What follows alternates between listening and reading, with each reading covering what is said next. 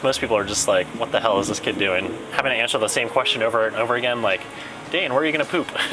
So little things like that you kind of got to be ready for. But you know, when it's super exciting like this, I obviously could talk about it all day.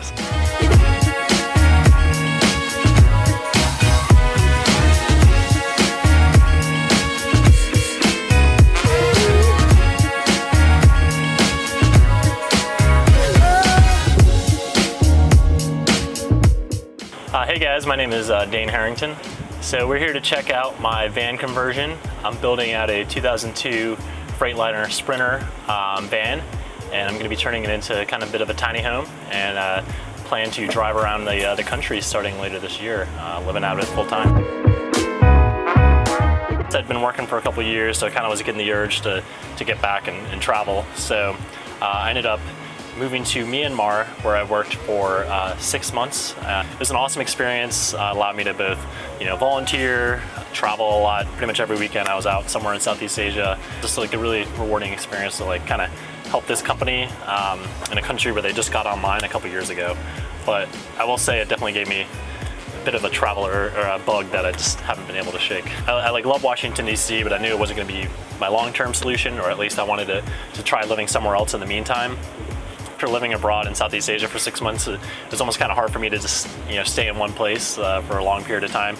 So I was like, all right, I knew I wanted to be on the move, and I don't know if it was maybe just a Reddit post or just seeing something on Instagram or YouTube or something, but I got the idea of living in a van, and it just kind of stuck.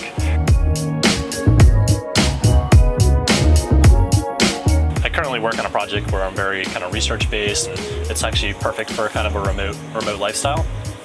But I'm definitely gonna have to probably spend a lot of time in coffee shops, because I'm sure I'll get claustrophobic hanging out here all day, every day. And I'm sure I'll be calling into my home team quite a bit. And, it's something gonna take a little bit to get used to, but I think it'll allow me to really focus and just knock my work out, so that way I can go have fun in the nights and weekends. So.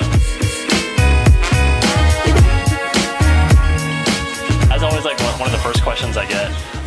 So I'm eventually going to hook up probably a shower unit in the back, but in the meantime, I was planning on just getting a Planet Fitness or other like nationwide gym membership, and then at nights or in the morning or whatever, I can just run there and shower and even work out if needed and stuff too. So I'll definitely be showering slightly less than I might normally, but I think it's going to be okay. So.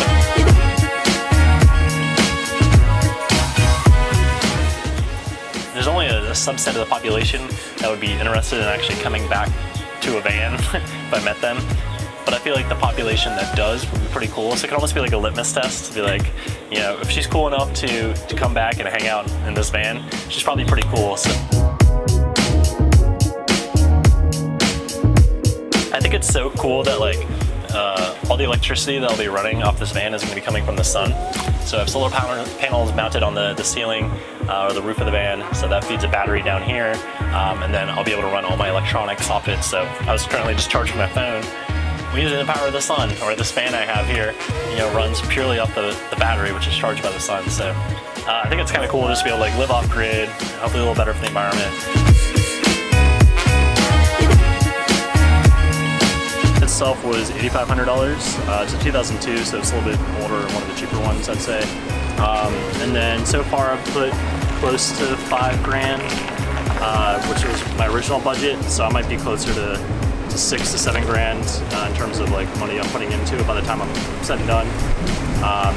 That's just due to a couple of big ticket things like the solar panels, which was $1,000 with the battery and everything. And then like some of the car insurance and like car registration and stuff like that was kind of expensive. So